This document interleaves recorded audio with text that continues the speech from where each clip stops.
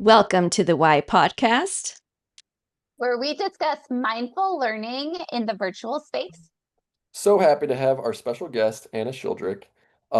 We've been anticipating this conversation, as I said, for a while. So glad you're here. Before we get started, I did have some thoughts to share from a friend and colleague. Lucy, working with Anna for over a decade has been an energizing experience. She brings a mix of vision, depth, and genuine care that is rare. From the first project we tackled together, it was clear that she has a gift for seeing what people and systems are capable of becoming long before the rest can articulate it. Anna is the person you want, I'm sorry, can articulate it. Anna is the person you want in the room when you are redesigning anything connected to learning, leadership, or human development.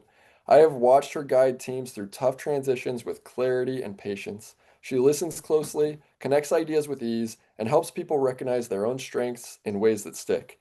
When we are reimagining how schools could use AI without losing the human center, Anna kept everyone grounded and inspired. She showed how technology and humanity can lift each other when used with intention. Her blend of curiosity, discipline, depth, and kindness shows up in every interaction. She is constantly growing, asking better questions, and raising the standard for what thoughtful leadership looks like. If you get a chance to work with Anna, take it. She will make your ideas stronger, your team braver, and your work more meaningful. I mean, right, enough said. Really? Wow, we can just go now. Thank you, Lucy. That's absolutely amazing. Thank you. For our first question, Anna, we want to know if you could tell us about your journey to Elite. Yeah. So to cut a very long story short, because I have many, many, many, many years behind me, I fell into education very, very unintentionally. I really didn't want to be in education. I was at university with three teacher trainers, and I said, no, there's no way in the world this is what I want. But I did, just because of life took me there, and then realized what an incredible superpower we have as teachers. And I actually don't use that word teacher anymore. I use the word learning facilitator or other synonyms. But I realized what an incredible superpower it was. So I really did enjoy watching. I was very much a rule breaker, a rebel. I didn't want to stick to my plan or stick to the curriculum or teach to the test. But when I saw the students thriving and becoming confident and empowered and making great decisions about their lives, I understood the superpower. And I did that for 30 years. And then, when COVID came along, a lot of us thought, oh, there are other things out there, and started realizing that I wanted to have a bigger impact. So I went from teaching to then designing curriculum, then teacher training, as we would call it then, and then into administration, and then into working as an education consultant, and seeing if we could spread the joy of changing education to a better system. And we found Elite, and Elite found us. Very, very fortunate. Yeah, we are so glad that you're here with us on this journey. You've already touched on it, that word teacher, that role teacher. What did it used to mean? And what do you mentioned learning facilitator, what do students need today? So talk about the past and bring us to your vision. So I think all of us were trained to become teachers. And what I noticed, and I thought I was a very good teacher, I really, gave my best and had good results. But what I noticed was that I was just becoming a super communicator and a great thinker and an organizer. I was developing all the skills, and my students weren't necessarily developing those skills because the system was asking me to be very well organized, to have thought of all the things, to communicate it extremely effectively. But it was all about the teacher. It was not about them. And I, from the very beginning, didn't want to be the protagonist in the room. It's great, you can jump right. I taught Shakespeare for many years. It's fun. But when the students are the protagonists, I think that's when you're really being the teacher. So, and I don't think the system has necessarily shifted in that way. I think credentialing programs, or anybody who's becoming a teacher, is still being asked to be the protagonist. And so today, if we look at the world as it looks today, as opposed to 30 years ago when I was, taking my master's to become a teacher, it's extremely different. And then we look at 3 years ago, if ever there was a time for change, it's since AI hit our world, because every single element of human life is being impacted by AI in some way or another. There's still beautiful virgin places where that is not the case, but it's still a world that is driven by AI. And if we continue as teachers, as we were at the very beginning, we're withholding power that our students need. And I think that that is the key to an industry that is very slow to change, but that is the change I think we need to make, is that teachers need to be no longer the deliverers of information, because AI can do that. Even internet could do that before AI hit us, but to be the people who awaken the superpower in every student. I love I that love idea of students as protagonists, like Hmm. shifting the narrative to their perspective and what are they gaining from this experience, right? Because we're hopefully enriching them. Sorry, go And ahead. just to jump on the back of that, before I go back to your question, Morgan, I have worked with a lot of teachers in, expanding or extending or improving practice. And I hear, okay, so for this student, I did A, B, C, D, E, F. Okay, fantastic. Then you are really good at planning and thinking about what needs to, but what about the student? How do we get this? You've spoken about your drive to change the world's educational system. Describe your vision, if you could elaborate in any way.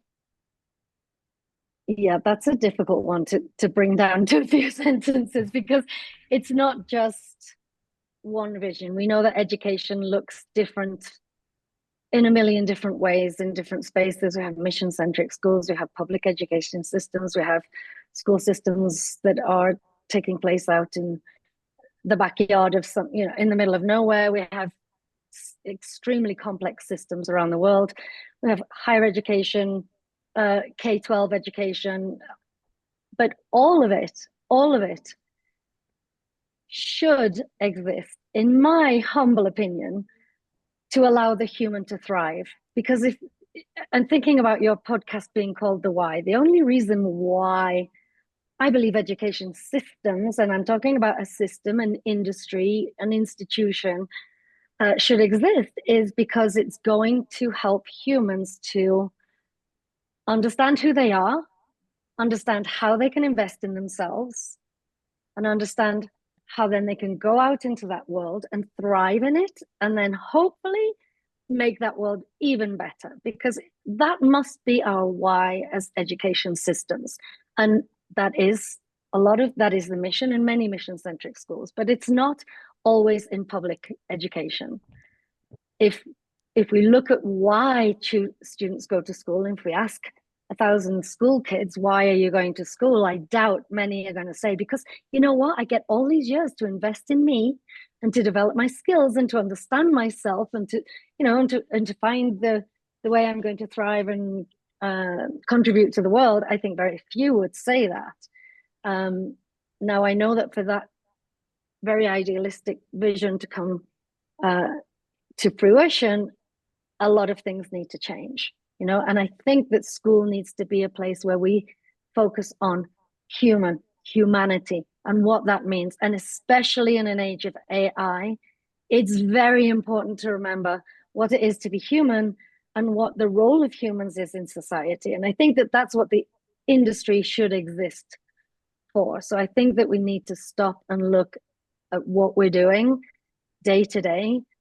If what we're doing day to day isn't going in that direction of, really taking care of humanity, then we might need to make changes. So I think I have a very big vision, very ambitious. It's great. I like thinking of that. I really like that thinking of how would a student answer that question? How would the Yeah. student answer that why question is huge. And then thinking back to systems, there is a huge spectrum of school, like educational systems, like different types of schools, different settings, different methodologies. But looking at a system like teacher credentialing, right? Like looking and digging into that when we're credentialed, like a big thing is lesson planning, right? And Hmm. how do we compose a lesson plan and like develop a unit, right? But if you look at a lot of lesson plan structures, it is about like presenting information and that information being mimicked. And then when you think about how a kid would answer that question, why would they look inward, right? They're like, they would like based on our systems or based on one of our systems, like it is about copying or like duplicating what like an expert is able to do or able to say, or like just like revealing content or reviewing content and giving content back or copying skills. So that is something where you can look at a system and be like, that's where we could maybe look at specific things to work on in terms of making changes that would change the answer to that question for students. Absolutely. And I think if you look at who we are pleasing when creating curriculum and lesson plans and tests and test results, we're looking upwards, to the system in an upward spiral, whereas we need to be looking down and saying, what do these people who are looking up to us, what do they need from us? Who are they? Who are they going to be? What do they need? And that is very rarely what the system is asking us to provide. So, as educators, administrators, we become very effective. We find great ways to put humans into boxes and classify them and say yes or no. That's making a system efficient. It isn't about humans and the potential of humans. We know this when we look at our success in any of moment of across our career. Whenever we've had success, it's because we've touched the human and we've found what is inside of that human. We haven't silenced it and said, no, wait a minute, I just need to tell you this thing. And I'm thinking about the world of AI moving at lightning speed. People are creating huge change, enormous economic, cultural, intellectual, societal change using AI, yet we're still expected to think that students are going to just accept something that somebody else found out, somebody else discovered, and we're just going to tell you about it. This is a new age of discovery. So I think that we need to prepare the ground for students to be creative thinking. I'm looking at that title, Cultivating Human Creativity. There's so much creativity in students. You spoke earlier about the systems and the teacher preparation and teacher credentialing programs. And in those teacher credentialing programs, they are taught measures of success. This is what success looks like. This is what a successful teacher looks like. So how would you help educators unlearn those measures of success? That is, gosh, I wish I knew. I wish I had the answer of how to deconstruct a system or to unlearn, knowing that there's always financial issues. There's an awful lot to take into account. So I think the work of each teacher in every encounter with a student, looking for a way to empower the other, is the smallest step that we can take, right? I know that when I was a teacher, I had this huge curriculum and all these tests, and I would say, what matters so much more, and they will all ace the test anyway, because I'm going to make sure that we could at least cover that bit, but then we're going to go 10 times more on what really matters to them. I would take that personal decision to look at what they needed from me, and no cohort was ever the same, and no two students were ever the same. So it's impossible for us to believe that as educators we can cater to the needs of the people in front of us. We can't. We have to become the people who empower those students to cater to their own needs, to start to question their needs, to understand how they learn, to understand how that is going to impact them, and then to ask for what they need and to take very individualized paths towards understanding, to get the learning that they're looking for. Now, what does that really look like? As a coach or as a trainer, what's the difference? I can come in and I can teach you how to do something, or I can host a conversation in which we ask you powerful questions and you will construct your own meaning. And that will become something extremely relevant to you and lifelong. This is the change that we need to make. Yes, we can't throw everything in the bin. Ethan Mollick, who is a great writer and speaker about education in the age of AI, says we need to scrap everything, start again. It's not everything, in my opinion, because a surgeon still needs to have the same knowledge that they did 100 years ago. But how you get to your end goal, that's what we need to change. So it's not the what that we're talking about, it's the how and it's the why.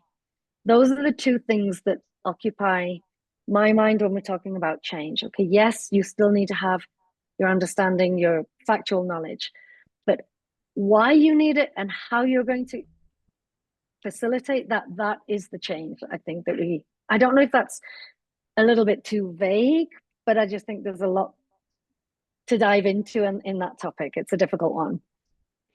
Yeah, and part of that, it was like how to replace those with creativity and innovation indicators. But I think that's what you're talking about. It's the why or how to. It's not. They still need to know how to suture. But yeah, I see what you're saying. But I do think I missed part of your question as to, how do we replace, what do we look for? And I think that, again, it goes back to what we said before. When we felt successful as teachers, it's because we've seen a student motivated, engaged, realizing, constructing their own knowledge. So instead of measuring a test score, why don't we measure how much depth within the questions that the student had about the subject? We can measure that. We can measure engagement in terms of metacognition, when a student can articulate their thought process and how they make choices about how they learn. We can measure that. And in even a very basic form, we can measure whether a student turns up and knows why they're turning up, that we can measure that. And those things that eventually are the things that will shine. And it's not that we're just looking for joy. We're doing great because the children are happy. That's not a measurable outcome. But when students are intrigued and they have questions and they have tools to look for information, then they create hypotheses and they can collaborate and communicate with other people. That is the construction of knowledge that I think that sometimes we don't allow, because we just bring the knowledge to the table. And also thinking about like measures of success, there's some people who would walk into a classroom, and if the classroom is quiet and everyone's well behaved, they'd be like, oh, this is a successful classroom. Look at the classroom management going on here, but there's no communicate. That's the silence is the lack of communication and collaboration. That's a great point. That's a measure of like someone who's like great at compliance, right? Yeah. Yeah. It's a measure of how good the teacher is at managing humans. So we can give that teacher a great big tick. Well done, you're doing a great job. But we're not there to do that. We're there for the students to say, oh, look, the students are doing a great job. And if there are 25 students and one teacher, yes, it's much easier if everyone's quiet and the teacher's the only person talking. Of course, that's much easier. But who's actually developing the skills there? It's really the teacher. So if there's, we need to measure what the students do and how they do it and what that means and how that matters in different ways. Yeah, when we think of like human breakthroughs, big successes, we think of people that thought outside the box. We think of people that took risks. We think of people that engaged in a challenge or a problem because they were driven to find a solution, right? And that's a process that we want to see played out over and over again in our classrooms, right? Yeah. So you've talked about AI, the impact of AI. We've talked a lot about ways that systems should change, but let's focus in specifically on that idea of creativity. What is the power of fostering creativity in our schools? Why is it important? I think when we talk about creativity, sometimes even just the word can be understood in different ways. When I talk about creativity, I'm almost entirely talking about creative thinking, the ability to face anything and think about it in a creative way. If I am asked as a kindergarten child to look at a picture and say what I like, or if I am allowed to draw something, but it should be Barney and it should be purple, and because that's how the world is. Any type of stimulus that we put in front of a child can either kill or can cultivate creative thinking.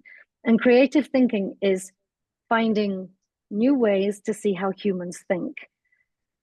Reading became so important because we wanted to jump into the minds of great thinkers who actually managed to write a book, right? Because there are millions of great thinkers who didn't ever write the book.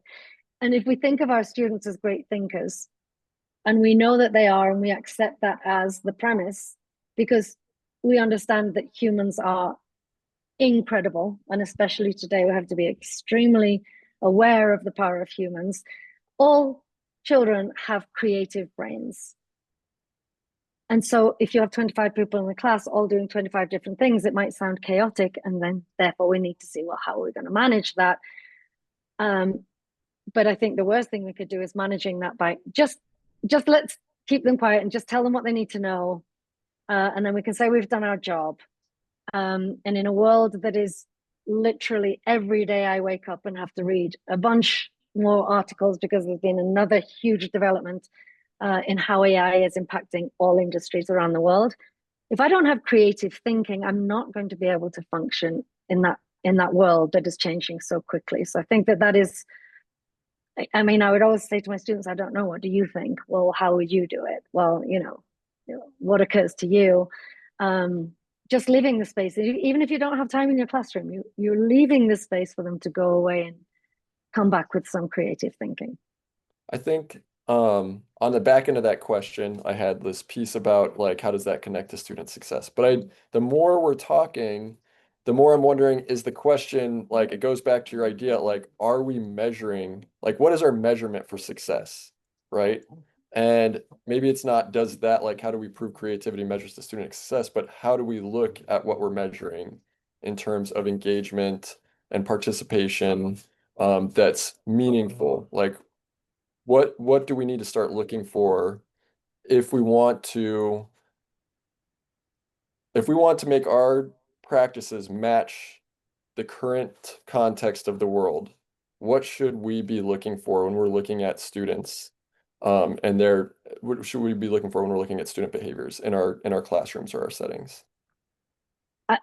We just published a white paper that was very qualitative. It was, we saw greater engagement, we saw students more enthusiastic, etc. But when you're looking at when we measure what we treasure, you're really looking for hard data that will sustain, the outcomes. Let's think of something just as simple as productive struggle. I'm going to teach maths. At the end of the day, I want the student to show himself or herself that he has dominated a concept. Not show me, but to show himself or herself, themselves, that they have dominated a concept. I can do that by teaching them it and testing them on it. Or I can do that by putting a big hot mess in front of them and seeing what we do. And then analyzing with the student, what cognitive skills do I need to attack this problem? Do I need to collaborate with another brain or a book to get through this? How am I going to validate that what I think I might be right is actually true? And then how am I going to take that and enrich it so that it's part of my life? So we can measure the same test result, but we're doing an entirely different thing. So the summative assessment could still be the same, but the formative is very different. I'm looking at what questions did you ask? What was the nature of your collaboration? What was your strategy to verify your information? And what is your hypothesis at the end of this before we even go into testing your knowledge? Because then, we're using scientific process, we're using productive struggle, we're using metacognitive awareness. There's a lot that we can measure in there. found this problem difficult because my brain is like this. I tried this strategy, but that didn't work because of this. So therefore I did this. And then I think that this is the answer and I tested it. It seems to be right. Those things can be measured. It's The sort of key like that, oh, yeah. like, oh, I was just gonna say, it seems like creativity is sort of the application of your intellect, right? So like creating those opportunities for the formative piece to apply their innate intellectual ability and see what they come up with. Yeah, exactly. Let's see what they come up with. We should have that on top of every single. But also to You're ready provide to them say that something. platform that they're without judgment, because you said a lot there, Anna, about I didn't come to this because I needed this and that, but they need space and they need a total safe environment to do that in. And think about like all the angst we have in our school systems. Like that's like a byproduct of this. If we're focusing on them and what they need, like think of how many mental health issues might be Mm-hmm. resolved from that sort of approach. Mm-hmm. Well, that takes me back to something that we said earlier. If we want this huge, ambitious change, lots of things have to change. And that's a culture shift. That's a culture shift in thinking about the neuroscience of learning. We all should have an understanding about the neuroscience of learning, but we should also have an understanding of psychology. A student who is afraid to make a mistake is not going to be able to engage in deep cognitive lifelong learning. That has to be embedded into the preparation that all teachers are going to go through in order to get to that point. And then I was about to make another point and I've just completely forgotten what it was. It will come back to me. That's in our system though. Like when you think about that, like our system is so binary. It's product based. Like you are correct or incorrect. Like all of us can close our eyes and imagine the paper with the red pen, like slashes or X's through this, like, and if we're in a process that like that judgment is like reduced. Like if we're in a process oriented system, we're taking data and measuring struggle, creativity, and how we grapple, right? And not measuring like correct, incorrect. I just imagine that that would do a lot for the self-esteem of our students. And I again, also, you know what, we see that the students who've been successful with us are the ones who dared to tell us their deepest things, or the ones who dared to go out and try something new. You know, the ones who dare to step up to do the Model United Nations, for example, which is an incredible demonstration of student empowerment. But they need that. They need to have no fear. So the judgment-free zone, that Yep. you know, the absolute, it's not about judgment free, it's that productive struggle is essential for deep learning, and it should be part of the way that we teach that's the shift, that it's small shift that we can all make, but if it was systemic, that would be even better. it kind of brings up the point that there's sort of like a credentialing and training issue, right? Like I love that you mentioned that there should be more like psychology involved in teacher training, but really a lot of what we're discussing could be addressed if the whole training program was like upended, right? Like in universities and stuff. I don't know. Just I got me mean, thinking. yeah, thinking about, you know, we can go big on this, we could be here forever, but Yeah. in thinking about university entrance, you're still expected just to, you know, get a score in the SAT, but you could be an absolute genius. I've got another question for you, kind of going back to coaching teachers. So, how do you coach your teachers to feel confident leading innovation, even when the outcomes aren't certain?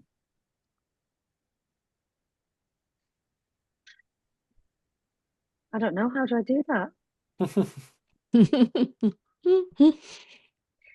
I think the most important starting point there is to establish a mission. If my mission is to get high test scores, then I know what I need to do. If my mission is other, then I have to think what I need to do to achieve that. So you said leading in innovation. Well, I think my mission anywhere that I work is to facilitate space for teachers to see how they can empower. because that is the one thing that I think education doesn't do. And I think it's the one thing it has to do. So, okay, what are you seeing in terms of your student being empowered? It could be as simple as, instead of me sharing my screen, I ask the student to share the screen. Anything, a simple, whatever it can be. If you can find a space in your week to say, I'm going to do one thing where I step back and I hand over the protagonism and I say, let's see what we've got. Let's do it. I'm right here. I'm right next to you. Let's see what didn't work. Okay, look, what else do you want to try? It doesn't have to be a huge shift. A lot of teachers right now are very afraid, wow, AI is coming. I have to do everything differently. But we can start with very small acts that empower others. So I think my job is to work with who you are individually as a human. What is your mission? And obviously your mission should align with the education institution that you're working in. And that education institution should align with what the world needs of education institutions today. Okay, if we know that a very traditional school is not now aligned to the world today because they can find information anywhere, it doesn't have to come from a teacher. We look at that alignment. Okay, what are the small steps that we can start to take to align to that mission? And then once that starts, the ball rolls and it's, wow, this is amazing. Oh my gosh, I didn't know. And I can empower and empower and empower. And it's actually really a joyful thing because it's a lot less work for us to have to handle 25 different lives. We're empowering them to handle their lives. I love that. Oh, The small shifts. Like I noticed that in my practice. Like and even just today, like I had a student who was we decided together she wanted to create a poster, like instead of doing a research paper, I gave her free rein. How do you want to put your research together? And she said she wanted to make a poster. So I could have easily opened up the Canva program and shared it, but I said, you know how to get in there. You get in there and you share it with me. So I had her do just little shifts of power, right? She was in the driver's seat there. But anyway, shifts of power. That's it. Yeah. I think too, like from my experience working with you, Anna, like you start at like, and I still remember our first conversation, and you started at that macro level, educational system. I was like, oh my gosh, that's a lot. Like, yes, there's some things we can do, but you start with that, which is very inspiring, and it like gets like, okay, like there are some issues, right? There are some disconnects between education and today's context. But then bringing it back to like, okay, you believe that, right? These are your beliefs. This is your school's mission, right? Now, what is one aspect, one strategy, one thing we can work on, and then let's give it a try, collect some evidence, come back and talk about it.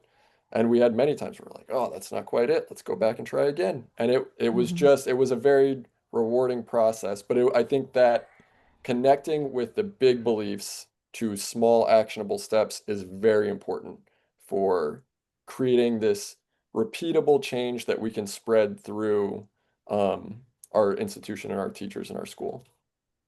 I love that resonated, because if you are aware of why you want to invest in this, there will be elements of success. If a student is not aware of why they need to invest in this, we can say that they were successful. We can say they graduated. But does that really mean that that student had a valuable experience that helped them to introspect and grow and develop the skills that they need to thrive in life? Not necessarily. We can say they were successful without actually being so. So yeah, why am I doing this? Why are we here? What are we turning up to do? I need to have that clear, huge, and then go down to, okay, small actionable steps I can take day by day. And leading into that, that's exactly our last question for you, Anna, is what is your why? I think you've mentioned quite a few reasons, but one more time, what is your why, Anna? I've been lucky enough to work all my life in either education, communication, or culture. So I can see I'm naturally drawn to people, and I can complain about people endlessly, especially when I was a teacher. But humanity, if we are amazing and we're our optimal selves as humans, that is something incredible. Look at our ecosystem. We need to be the best that we can be as humans. And so that drives me every single day to work with people to think, why are we here? What are we doing? How can we do it better? I think that's my why. Well, you've certainly made a big impact on me. So thank you for being in our lives. Thank you for having me in your lives. You know how much I love working with you guys. It's an absolute pleasure. Awesome. And thanks for having me on today. There is so much here that I think will inspire a lot of thought, a lot of questions, and a lot of reflection. So I think it was a great conversation. Really quickly, Anna, Morgen. like I just like because I was thinking while you're talking about it, but like I've been at 3 schools and I've had the opportunity a couple times to be a part of a school like developing a mission statement. And I Mhm. remember like in my last district thinking and not articulating it well, but like just very basically, like on a neighborhood level, just thinking about a neighborhood, like the neighborhood in the school I taught at. Like, what if every like kid and adult walking around this neighborhood felt like just confident in who they were Mhm. and felt like they were contributing something, no matter what it was, but just like I have this to provide for my neighborhood. I do this for my neighborhood. Um, and like think of like how beautiful that world is. Like if That's everybody feels that way. beautiful. And it's that Yeah. simple. Like it really is like if they feel like they're confident that they can do something, anything that helps the area they live in, right? Just that simply. Then like you spread that out to the world, like be a And you very can't Mhm. deny the power of yeah, happiness. Nobody can, yeah, right? It is always going to be good. And I love what you said about neighborhood rather than school, because I've seen schools try to say, let's make our school beautiful. Let's make our school, our school culture. But that's not the real world. The real world yeah, is it's your the house, your grocery neighborhood, your store, then Mhm. yeah, yeah, like Yeah. exactly. it So it's yeah, if you're much just more walking important. around, yeah, like think about it. If you're just walking, you're at the gas station, the guy like at the gas attendant is just like happy and like, hey, I'm providing this very important service. People can go because of me. Like, and Yeah. Yeah. I own it and I'm like everything. Everybody's doing something, but I don't feel like we have a culture that like reflects appreciating that everybody is contributing something. And when people feel like they're not contributing, like what's behind that? Like, what's behind their lack of confidence or self-esteem or No, no feeling? Yeah, JFZ. They're yeah, lacking the Exactly. That's JFZ. what it Yeah. The is. world is yeah, so judgmental. yeah. Like if we We were could, asked, sorry, I didn't mean to jump no, in. no, that's it. No, you're good. But Lucy and I were asked to give a talk for the Sandy Hook organization. So they were saying, how, what about AI for problems like severe Yeah, danger? no, If you transform your education system and you use AI as the catalyst, don't use AI. I'm not saying use AI. I'm saying become even more human centered than ever before, because AI is tipping the balance, right? And we're at risk of losing the power of humans. Let's Mhm. bring it all the way back to humans. Yes, you can use AI to individualize and personalize your learning journey. You can get kids testing 10 times before they come to class so they don't know what's going on. There are lots of positives. But if you transform an education system so that children are there with joy and understanding and feeling powerful and important, we can change a lot of other things in society. Mhm. yeah, And it kind of goes back to what we were talking about classroom management from like day one in kindergarten. It's like green card, red card. Are you the good kid? Are you the bad Yeah. kid? Like from Right. the The very stamps in beginning, your you're being book. yeah. like, Yeah. Yeah. yeah, you're being judged like, yeah, right out the gates. And Because teachers are Unfortunately. too. They've got Yeah. administrators coming in and yeah, that's Yes. why when we're doing our coaching program, this is non-judgmental, yeah. non-evaluative. This is an exploration space. That's what school should be. This is like the why. Like this is looking at the Overarching, yeah. whole like what's the point of this work and these strategies, which I think it's really important. This effort, this is what the fellowship was designed, to give people this. Imagine if all the students are doing this, and you can't reach everybody, right? But Yeah. this is incredible. It's amazing. Thank you so Yeah. much. There's a lot there to unpack. Yeah, Yeah. definitely. But I hear what you're saying, Nolan, too, about like the neighborhood and what if Everybody felt empowered and confident. And what I got in was the word that I got was joy and peace and help. All I could picture was like little kids helping each other, like in that kindergarten classroom that you're talking about, Morgan. Like there would be no, that's mine, this is mine, or she did this, he said that. There would just be, I just envisioned a lot of help and a lot of working together to figure things out. Yeah. It is, yeah, I mean, it goes back like that kindergarten. I think the kindergarten is a really like powerful and interesting way to think about it because there are these skills that are taught that are like where kids like there are a lot of beautiful things happening. Kindergarten, like there's socials, there's all these wonderful things Yes. happening. And there are incredible kindergarten teachers. I've worked with many that just do so much to inspire students. Not like talking about teachers, but looking at again the structure, the Yeah. systems, and what teachers are asked to do, right? And that like the card system, the like crisscross applesauce, like having Yeah. and it's like they're working really hard to teach kids how to be in school, but there's very few careers or jobs that reflect like there's no space where you go Mm-hmm. and sit crisscross applesauce with 40 people Right. and like stare straight ahead like and listen. Like it just like yeah, it's interesting to think about. Like Mm-hmm. Yeah. what could like a kindergarten classroom look like? And they're out there. They're already happening. I've said that like all the stuff Right. that we're doing in Elite X, like there's teachers that have been Yeah. doing this for 100 years. Like For it's sure. happening, but it's For about sure. like how can we make what these amazing teachers are doing, how can we make that the system? After this generation, goes through it and the next generation will get there. I think we just Yeah. all, as passionate individuals who want the best for our students, we just like, we want it now. So, but I think we are, collectively creating that for our students, every day when Yeah. we give up a little bit and ask them to do a little bit more. Yeah. Yeah.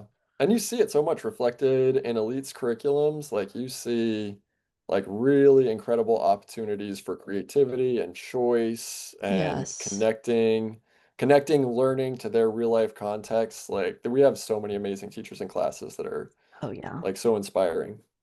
Yeah. Mm-hmm.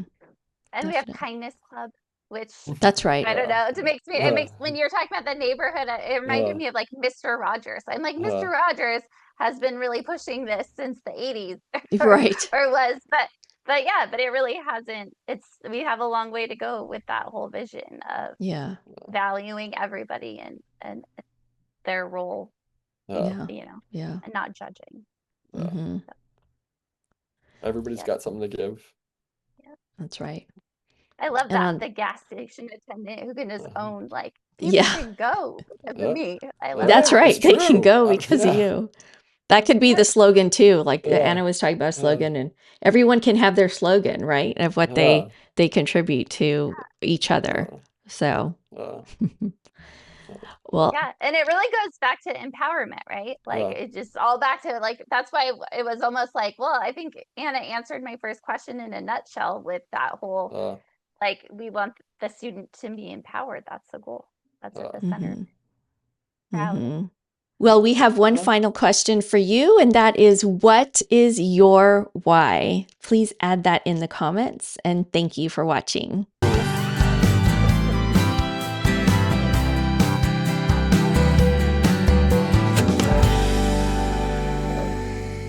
Can add can add that move to bloopers. Yeah, right. Okay, I'm going to end the recording.